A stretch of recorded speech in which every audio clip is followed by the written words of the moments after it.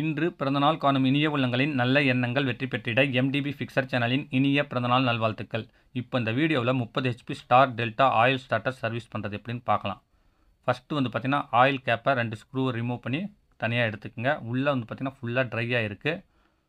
இது பார்த்தீங்கன்னா ரொம்ப நாளாக ஓடிட்டுருக்கு. பராமரிப்பு சரியாக இல்லாதனால இந்த பிரச்சனை இருக்குங்க. மேலே இருக்கிற கேப்பை கழட்டி விட்டு நீங்கள் ஃபுல்லாக தொடச்சி விட்டு ஒரு ஃபோட்டோ பிடிச்சிக்குங்க. லைனிங் டயக்ராம் அதில் குறிச்சிருக்கும். அதுக்கடுத்து இந்த ஸ்க்ரூலாம் ரிமூவ் பண்ணிவிட்டு அந்த வாஷர்லாம் கழட்டிக்குங்க. கழட்டி திருப்பி விட்டு மெயின் கிட்டுக்கு சைடில் 2 நாப் மாதிரி இருக்கும். அதை இழுத்திங்கன்னா அந்த செட்டு வெளியே வந்துடுங்க. நாப் செட்டு அந்த லிவரை நவுத்தி விட்டு வெளியே இழுத்திங்கன்னா வந்துடுங்க. அதுக்கு அடுத்ததாக பார்த்திங்கன்னா பாருங்கள் எந்தளவுக்கு ஸ்பார்க் ஆகிருக்குன்னு. இது பார்த்திங்கன்னா ஃபஸ்ட் டைம் மாற்றுறதுனால அப்படியே நீங்கள் திருப்பி போடலாங்க. எமர்ஜென்சியில் தேய்ச்சி ரொம்ப டேமேஜ் ஆகிறது மட்டும் மாற்றிக்கிட்டால் போதுங்க. இல்லை உங்களுக்கு செலவு பண்ணி மாற்றணும்னா உங்களுக்கு ஃபுல் செட்டாக கடையில் ஆர்டர் பண்ணி வாங்கி நீங்கள் போட்டுக்கலாம். லாஸ்ட்டாக இருக்கிற அந்த ஜோனில் பார்த்திங்கன்னா 2 வயர் கனெக்ஷன் இருக்கும். அதை மார்க் பண்ணிவிட்டு ஒரு ஃபோட்டோ பிடிச்சிட்டு கழட்டிக்குங்க. ஃபஸ்ட்டு மேலே இருக்கிறது கழட்டிக்கலாம், அடுத்து கீழே இருக்கிறது. ரெண்டுமே பார்த்திங்கன்னா வெவ்வேறு லைனுங்க. பார்த்து கரெக்டாக அதுக்கு தகுந்த மாதிரி வயர் நறுக்கி விட்டு அந்த ஸ்டேஜ்லேயே இருக்கும். நீங்கள் வளைக்காமல் நேக்காக கழட்டினீங்கன்னா அந்தந்த ஸ்டேஜ்லேயே இங்கே மீண்டும் மாட்டிக்கலாங்க. மாட்டி விட்டு சைடில் இருக்கிற 2 ஸ்க்ரூவும் ரிமூவ் பண்ணுங்கள். ரிமூவ் பண்ணிங்கன்னா அந்த ஜோன் தனியாக வந்துடுங்க. அந்த செக்ஷன் ஃபஸ்ட்டு அந்தாண்ட ஒரு ஸ்க்ரூ இருக்கும், அதுக்கு அடுத்தது இந்தாண்டா. ஒவ்வொரு ஸ்க்ரூலையும் பார்த்திங்கன்னா ஸ்ப்ரிங் வாஷர் இருக்கும். அதை மறக்காமல் போட்டுக்கணும். அந்த ஸ்ப்ரிங் வாஷர் டேமேஜ் ஆச்சுன்னா புது வாஷர் போட்டுங்க. அப்போ தான் கிரிப்பாக பிடிக்கும். அழகாக நம்பி விட்டு எடுங்க. நான் ஸ்க்ரூ கழட்டாதனால கொஞ்சம் ஆட்டி இழுக்கிறதா இருக்குது. நீங்கள் ஸ்க்ரூ கழட்டிட்டிங்கன்னா உங்களுக்கு ஈஸியாக வந்துடுங்க. இதை எடுத்து பாருங்கள் எந்த அளவுக்கு பர்னாக இருக்குன்னு. இந்த பா சேனல்லாம் பார்த்திங்கன்னா கழட்டி தேய்ச்சி பண்ணுங்க. திக்னஸ் இருந்துச்சுன்னா தேய்ச்சி போட்டுக்கலாம், இல்லைனா புதுசு தான் மாற்றணுங்க. அடுத்ததாக பார்த்திங்கன்னா 3ஆவதாக இருக்கிற அந்த ஸ்டேஜை கழட்டணுங்க. அதாவது மெயின் கான்டாக்டில் ஒரு செக்ஷன் அதை ரிமூவ் பண்ணோன்னே அதில் ஒரு வயர் கனெக்ட் ஆகிருக்கும். கவனமாக இழுங்க, வயர் வந்துட போகுது. கவனமாக இழுத்து லைட்டாக திருப்பி விட்டு அந்த ஸ்க்ரூ ரிமூவ் பண்ணி விட்டு அந்த நட்டை கழட்டி விட்டு அந்த வயரை அதே இடத்துல இருக்கிற மாதிரியே வச்சுருங்க. அந்தந்த ஸ்டேஜில் இருக்கிற வயர் அதே இடத்துல இருக்கும். இது பார்த்திங்கன்னா விஐஆர் வரங்கிறதுனால உங்களுக்கு தொந்தரவு இல்லாமல் அந்த அடையாளம் கரெக்டாக இருக்குங்க. ஃபுல்லாக இதெல்லாம் பர்ன் ஆகிருக்குங்க. எல்லாம் தேய்ச்சி க்ளீன் பண்ணி போடணுங்க. அதுக்கு அடுத்தது பார்த்திங்கன்னா இந்த நாபெலாம் இருக்கவே கழட்டலாங்க. கழட்டக்குள்ளே பார்த்திங்கன்னா கீழே ஒரு ஐலம் சீட் மாதிரி இருக்கும். அது டேமேஜ் ஆகிறதுக்கு வாய்ப்பு இருக்குது. அதனால் நீங்கள் கையில் கழட்டுறதுக்கோசரம் சைடில் திருப்பி விட்டு இந்த பாருங்கள் இந்த இடத்துல 2 ஸ்க்ரூ இருக்கும். அதை லூஸ் பண்ணிங்கன்னா அந்த செக்ஷன் தனியாக கீழே விழுந்துருங்க. அதுக்கு அடுத்தது அதில் பார்த்திங்கன்னா நீள்வட்ட வாஷர் மாதிரி ஒன்று இருக்கும். அதை எடுத்து பத்திரமா க்ளீன் பண்ணி எடுத்து வச்சுக்கோங்க. பாருங்கள் இந்த மாதிரி எதுவுமே மிஸ் பண்ணிடாதீங்க. கவனமாக நீங்கள் ஒவ்வொரு ஸ்டேஜில் ஃபோட்டோ பிடிச்சிட்டா நல்லாயிருக்கும். பாருங்கள் இந்த நாபை திருப்பி விட்டு ஸ்ப்ரிங்கை அழுத்தி பிடிச்சி தள்ளினீங்கன்னா அது வெளியே வந்துடுங்க. மேலே ஒரு பின் இருக்குங்க. அதை ரிமூவ் பண்ணிங்கன்னா அந்த செட்டு தனியாக வந்துடும். நீங்கள் புதுசாக நாப் செட்டு வாங்கக்குள்ளே அதையும் மறக்காமல் கேட்டு வாங்கிட்டு வந்து மாற்றினீங்கன்னா ஈஸியாக இன்னும் கழட்டி ஐலம் சீட் லூஸ் பண்ணிவிட்டு மாட்டலாங்க. இப்போ எல்லாமே நான் உருவிட்டேங்க. உருவி நல்லா சீமனையில் போட்டு ஊற போடணுங்க. ஊற போட்டு நல்லா க்ளீன் பண்ணும். பாருங்கள் இதெல்லாம் பார்த்திங்கன்னா நல்லா எமரி போட்டு தேய்க்கணுங்க. நீங்கள் சீமனையில் க்ளீன் பண்ணுறத விட பெட்ரோலில் க்ளீன் பண்ணிங்கன்னா உங்களுக்கு ஈஸியாக வேலை சுலபமாக முடியுங்க. என்னுடைய சேனலுக்கு இப்போ தான் ஃபஸ்ட்டு வரீங்கன்னா மறக்காமல் சப்ஸ்கிரைப் பண்ணுங்கள். இந்த வீடியோவை ஸ்கிப் பண்ணாமல் பாருங்கள். பிடிச்சிருந்தால் லைக் பண்ணுங்கள். ரொம்ப பிடிச்சிருந்துச்சுன்னா உங்கள் ஃப்ரெண்ட்ஸுங்களுக்கு ஷேர் பண்ணுங்கள். ஃபஸ்ட்டு செக்ஷனில் இருக்கிற அந்த இந்த கிளிப்பெல்லாம் கழட்டிக்குங்க. இதில் வேறு எதுவுமே இருக்காது, இது மட்டும்தான் இருக்கும். அதுக்கு அடுத்தது இருக்கிற செக்ஷனில் பார்த்திங்கன்னா எல் கிளிப்பும் அடுத்து பார்த்திங்கன்னா ஸ்டார் பிளேட்டும் இருக்குங்க. பேக் சைடில் 3 ஸ்க்ரூ ரிமூவ் பண்ணிங்கன்னா இந்த எல் கிளிப் வந்துடுங்க. இது ரொம்ப டேமேஜ் ஆகிருக்கு. இதுக்கு பதிலாக புதுசாக போட்டுக்கலாம். பாருங்கள். அதுக்கு அடுத்ததாக பார்த்திங்கன்னா இந்த பார்த்திங்கன்னா ஓரளவுக்கு தேய்மானம் கம்மியாக இருக்குது. அதை எமரி சீட்டில் நல்லா நைஸ் எமரியில் தேய்ச்சா போதுங்க. ரஃப் எமரியில் தேய்க்க வேண்டாம், ஸ்பார்க்கிங் வரத்துக்கு வாய்ப்பு இருக்குது. அதுக்கு அடுத்தது மெயின் கிட்டை எடுத்து மேலே இருக்கிற 4 ஸ்க்ரூவும் ரிமூவ் பண்ணுங்கள். பிளேட்டை லூஸ் விடாமல் நீங்கள் ஒவ்வொரு ஸ்க்ரூவாக அழுத்தி பிடிச்சிட்டு கழட்டுங்க. ஒன் சைடுலேருந்து கழட்டிங்கன்னா அந்த ஸ்ப்ரிங் டென்ஷனில் அந்த பிளேட் கட் ஆகிறதுக்கு வாய்ப்பு இருக்குது. இந்த ஐலம் சீட்டை நல்லா சுரண்டிக்குங்க.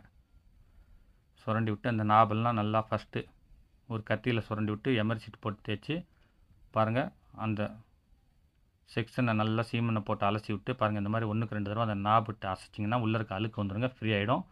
அதுக்கடுத்தது எல்லா நாபும் பார்த்திங்கன்னா மேல் பக்கம் தேஞ்சு போனது வர மாதிரி திருப்பி போட்டுக்குங்க. ப்ளைனாக இருக்கிறது உள் பக்கம் போகிற மாதிரி. அதுக்கு அடுத்தது இந்த ஸ்ப்ரிங் வச்சு மீண்டும் அந்த ஐலம் சீட் வச்சு டைட் வச்சுக்கோங்க. டைட் வச்சுட்டு அதுவும் அழுத்தி பிடிச்சி தாங்க டைட் வைக்கணும். ஒரு சைடாக டைட் வைக்கூட சென்டராக அழுத்தி பிடிச்சிட்டு எல்லா ஸ்க்ரூவும் போட்டு லெவல் டைட் வச்ச பிறகு தான் கை எடுக்கணும். இல்லைனா ஸ்ப்ரிங் டென்ஷனில் அந்த ஐலம் சீட் கட் ஆகிறதுக்கு வாய்ப்பு இருக்குங்க. எல்லாம் பர்ஃபெக்டாக ஃப்ரீயாக ஆக்ஷன் ஆகுதான்னு பார்த்துக்குங்க. பார்த்துட்டு இது தனியாக எடுத்து வச்சுக்கலாம். அதுக்கு அடுத்தது ஸ்டார்டர் மெயின் கிட்டில் இருக்கிற அந்த கெட்டி பீஸை எமரி போட்டு தேய்ச்சிக்கலாம். அதுக்கு அடுத்தது வந்து பார்த்திங்கன்னா மெயின் கிட்டில் அடுத்த செக்ஷனில் வந்து பார்த்திங்கன்னா அந்த ஸ்டார் பிளேட்டை நல்லா எமரி போட்டு தேய்ங்க. அது ரொம்ப தேய்மானம் இருந்துச்சுன்னா அதை அப்படியே திருப்பி ஸ்க்ரூ ரிமூவ் பண்ணி இந்த பிளேட்டை திருப்பி வச்சு டைட் வச்சுக்கலாம். இப்போ எல் பிளேட் வச்சு டைட் வச்சுக்கலாம். இது வந்து பார்த்திங்கன்னா நார்மல் டைட் வச்சு விட்டு கரெக்டாக கட்டிங் பிளேடில் நேர் பண்ணி விட்டு அதுக்கு அடுத்தது வந்து பார்த்திங்கன்னா பேக் சைடில் ஸ்பேனர் போகிற மாதிரி இருக்கும், திருப்பி போகிற மாதிரி இருக்குங்க. ஸ்பேனர் போகிற மாதிரி இருந்தால் நீங்கள் கட்டிங் பிளேடில் பிடிச்சிட்டு டைட் வைங்க. நேராக இருக்கணுங்க, கொஞ்சம் கூட பெண்ட் இருந்துச்சுன்னா கான்டாக்ட் ஆகாது. அதுக்கு அடுத்தது அதில் ஒரு ஒயர் ஏற்கனவே கலப்பணும் பார்த்திங்களா, அதை ஃபிக்ஸ் பண்ணி விட்டு வாஷர் வந்து நல்லா எமரி போட்டு தேய்ச்சி அந்த இடத்துல சுத்தமாக தொடச்சி இன்றைக்கி டைட் வைக்கணும், இல்லைனா கான்டாக்ட் ஆகாதுங்க. நல்லா அந்த இடத்துல தேய்ச்சி விட்டு க்ளீன் பண்ணி அதுக்கப்புறம் அந்த ஒயரை டைட் வைங்க. டைட் வச்சு விட்டு பர்ஃபெக்டாக அந்த ஸ்டெப்லேயே கரெக்டாக உட்கார வச்சு கொஞ்சம் கூட கிராஸ் இல்லாமல் அந்த ஸ்க்ரூவில் புது ஸ்ப்ரிங் வாஷர் போட்டு நல்லா டைட் வச்சுக்கோங்க. அதுக்கு அடுத்தது மெயின் கிட்டை வந்து க்ளீன் பண்ணிக்கலாம். அந்த பார்லாம் நல்லா எமரி போட்டு தேய்ச்சி விட்டு லைட்டாக இழுத்து பிடிச்சி மாட்டிவிக்குங்க. மாட்டிவிட்டு ஆக்ஷன் ஆகுதான்னு பாருங்கள். வெளியே இழுத்தா வரக்கூடாதுங்க. அதுக்கு தகுந்த மாதிரி இந்த பிளேட்டை வந்து வளைச்சி விட்டு நீங்கள் கரெக்டாக உட்கார வச்சுங்க. ஃப்ரீயாகவும் இருக்கணும், வெளியவும் வரக்கூடாது. அதுக்கு அடுத்தது வந்து பார்த்திங்கன்னா ஸ்டார் டெல்டா கிட்டுங்க. இது வந்து பார்த்திங்கன்னா இந்த பிளேட் வந்து நல்லாவே இருக்குது. ஒரு சைடு கொஞ்சமாக காயம் இருக்குது, அதை விட்டுட்டு அடுத்த சைடு நம்ம திருப்பி போட்டுக்கலாம். எமரி போட்டு நல்லா தேய்ச்சி க்ளீன் பண்ணிவிட்டு ஃபிக்ஸ் பண்ணலாம். பார்த்திங்கன்னா உள் சைடு ப்ளைனாக இருக்கிறது, அதாவது காயம் இல்லாமல் இருக்கிறது உள் சைடு வர மாதிரி நீங்கள் மாட்டிக்குங்க. ஒரு சைடு நுழைச்சி விட்டு ஸ்ப்ரிங் அழுத்தி பிடிச்சி அப்படியே உள்ளே இழுத்து திருப்பினீங்கன்னா சரியாக போடுங்க. வெளிப்பக்கம்லாம் தேய்மானம் ஆனதும் உள் பக்கம் வந்து பார்த்திங்கன்னா நல்லா இருக்கிறதாவும் திருப்பி விட்டுக்குங்க. திருப்பி விட்டு இந்த பாருங்கள், இந்த 2 ஸ்க்ரூவும் அந்த இடத்துல அந்த பிளேட் வச்சு நீங்கள் டைட் வைக்கணும். ஃபஸ்ட்டு அந்த 2 ஸ்க்ரூவும் போட்டு அதில் பிளேட் மாட்டி விட்டு அதுக்கு அடுத்தது அந்த செக்ஷன் வச்சு டைட் வைங்க. கரெக்டாக வந்து பார்த்திங்கன்னா நாப் எந்த இடத்துலையும் மாட்டாத மாதிரி சைடு வாக்கில் உள்ளே நுழைச்சி விட்டு நீங்கள் டைட் வைங்க. டைட் வச்சு ஃபுல் டைட் வச்சுக்கோங்க. இது வந்து பார்த்திங்கன்னா அடிக்கடி ஆக்ஷன் ஆகிறது, கீழே மேலே இறங்குறது. அதனால் வந்து பார்த்திங்கன்னா இதுக்கு வந்து ஸ்ப்ரிங் வாஷர் உங்கள்கிட்ட பழசு இருந்தாலும் தயவுசெய்து போட வேண்டாம். புது ஸ்ப்ரிங் வாஷர் போட்டு நீங்கள் நல்லா டைட் வச்சுக்கணும். கிரிப்பாக பிடிச்சிக்கோங்க. ஃபுல்லாக நல்லா இதுதான் நல்லா ஹெவி லோடாக டைட் வைக்கணுங்க. டைட் வச்சு விட்டு ஆக்ஷன் கரெக்டாக ஆகுதான்னு பார்த்துக்குங்க. கொஞ்சம் டைட்டாக இருந்துச்சுன்னா அதுக்கு தகுந்த மாதிரி வந்து பார்த்திங்கன்னா லூஸ் பண்ணிவிட்டு கரெக்டாக சீட்டிங் உட்கார வைங்க. அதுக்கு அடுத்தது இந்த பட்டையை வந்து புதுசாக இருக்கிறத மாட்டிக்கலாம். ஓரளவுக்கு நல்லா இருக்கிறத போட்டேன், இல்லை அதுக்கு வந்து புதுசாக ஒன்று போட்டாங்க. போட்டு நல்லா டைட் வச்சுட்டு அதையும் நேர் பார்த்து டைட் வச்சுங்க. கிராஸ் இருக்கக்கூடாது. ஃபிக்ஸ் பண்ணி விட்டு சைடில் இருக்க 2 ஸ்க்ரூவும் டைட் வச்சுக்கோங்க. டைட் வச்சுட்டு இதுக்கும் வந்து பார்த்திங்கன்னா ஸ்ப்ரிங் வாஷர் போட்டு நல்லா டைட் வைக்கணுங்க. ஃபுல்லாக டைட் வச்சுங்க. இதெல்லாம் அசையக்கூடாது. அதுக்கு அடுத்ததாக வந்து பார்த்திங்கன்னா அந்த 2 ஒயர் நீங்கள் கழட்டினீங்க பார்த்தீங்களா, அதை வந்து பார்த்திங்கன்னா அந்த நட்டெல்லாம் க்ளீன் பண்ணிவிட்டு அந்த வாஷரில் எமரி போட்டு தேய்ச்சி கான்டாக்ட்லாம் க்ளீனாக இருக்கணுங்க. பர்ஃபெக்டாக ஒர்க் ஆகுதான்னு தெரிஞ்சுக்கிட்டு ஃபஸ்ட்டு வந்து பார்த்திங்கன்னா ஒரு ஒயரை போட்டு கனெக்ட் பண்ணிக்கலாம். பாருங்கள், கீழ் பகுதியில் இருக்கிறத போட்டு நல்லா டைட் வச்சுட்டேன். அடுத்து மேல் பகுதியில் போட்டு ஒயரை வாஷர்லாம் க்ளீன் பண்ணி, பித்தளை வாஷர் இருந்தால் பெஸ்ட்டுங்க. ஏதோ ஒரு வாஷர் போட வேணாம், பித்தளை வாஷர் போட்டு நீங்கள் நல்லா டைட் வச்சுங்க. லூஸ் கனெக்ஷன் இந்த இடத்துல இருக்கக்கூடாதுங்க. டைட் வைக்குள்ளே கீழே லிவரை பிடிச்சி டைட் வைங்க. அடுத்து வந்து பார்த்திங்கன்னா இந்த இடத்துல தான் வந்து பார்த்திங்கன்னா ஓவர்லோட் ஆனிச்சுன்னா ஆஃப் ஆகுறதுங்க. இந்த இடத்துல ஒரு இடத்துல கனெக்ட் ஆகும். அது நாப் வந்து பார்த்திங்கன்னா க்ளீனாக எமரி போட்டு தேய்ச்சிங்க. இல்லைனா உங்களுக்கு வந்து பார்த்திங்கன்னா ஸ்டார்டர் ஆன் ஆகாது. நீங்கள் ஸ்டார்டர் பக்காவாக சர்வீஸ் பண்ணிவிடுங்க. இந்த ஒரு பிரச்சனைனால உங்களுக்கு வந்து பார்த்திங்கன்னா ஸ்டார்டர் ஆன் ஆகாது. எதனால் ஆகலைன்னு குழம்பிட்டுருப்பீங்க. இந்த ஆயில் ஸ்டார்டரில் இதுதாங்க மெயினாக கவனிக்கணும்.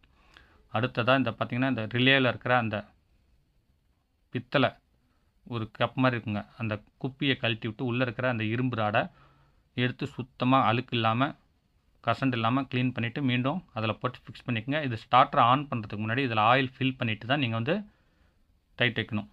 இதுதான் வந்து பார்த்திங்கன்னா ரிலே வந்து பார்த்திங்கன்னா ஓவர்லோட் ஆனிச்சுன்னா ஆஃப் ஆகிறதுக்கு இது வந்து பர்சன்டேஜ் டைப்பில் இருக்கும். அதை பார்த்து நீங்கள் டைட் வச்சுக்கணும். அடுத்து ஆன் பட்டனில் இருக்கிற 2 ஸ்க்ரூ ரிமூவ் பண்ணிவிட்டு அதில் இருக்க பிளேட்டை கழட்டி நல்லா தேய்ச்சி அழுக்கு இல்லாமல் லைட்டாக நைஸ் எமரியில் தேய்ச்சி விட்டு துணியில் தொடச்சி விட்டு மீண்டும் இருக்கிற மாதிரியே டைட் வச்சுங்க. பார்த்திங்கன்னா அந்த ப்ரெஸ் பண்ணும்பொழுது லிங்க் ஆகுது பார்த்திங்களா, அந்த ரவுண்டு வாஷரை வந்து நல்லா எமரி போட்டுங்க. அதில் டஸ்ட் இருந்தாலும் உங்களுக்கு ஆன் ஆகிற கம்ப்ளைண்ட் தொந்தரவு பண்ணுங்க, ஆன் ஆகாது. இப்போ வந்து பார்த்திங்கன்னா நல்லா எமரி போட்டு க்ளீன் பண்ணிவிட்டு ஃபஸ்ட்டு ஆன் பச்சை பட்டனில் இருக்கிற அந்த நாபை க்ளீன் பண்ணிவிட்டு ஆஃப் பட்டனுக்கு வந்து பார்த்திங்கன்னா ப்ரெஸ் பண்ணி விட்டு உள் சைடு 2 பிளேட் இருக்குங்க, அதை வந்து பார்த்திங்கன்னா எமரி ஷீட் அந்த கேப்பில் விட்டு நல்லா நீங்கள் தேய்க்கணுங்க. அதுக்குள்ளே வந்து பார்த்திங்கன்னா ஒரு கம்பி மாதிரி இருக்குங்க. அதை கழட்டினீங்கன்னா அந்த சுவிட்சே தனியாக வந்துடும். அது ரிஸ்க்கு. நீங்கள் இந்த மாதிரி வந்து பார்த்தீங்கன்னா ப்ரெஸ் பண்ணி விட்டு விரலில் அழுத்தி பிடிச்சி இந்த ரோலிங் ஃபுல்லாக அழுக்கு இல்லாமல் சுரண்டிட்டிங்கன்னா உங்களுக்கு வந்து பார்த்தீங்கன்னா ஸ்டார்டரில் ஆன் ஆஃப் பிரச்சனை வராதுங்க.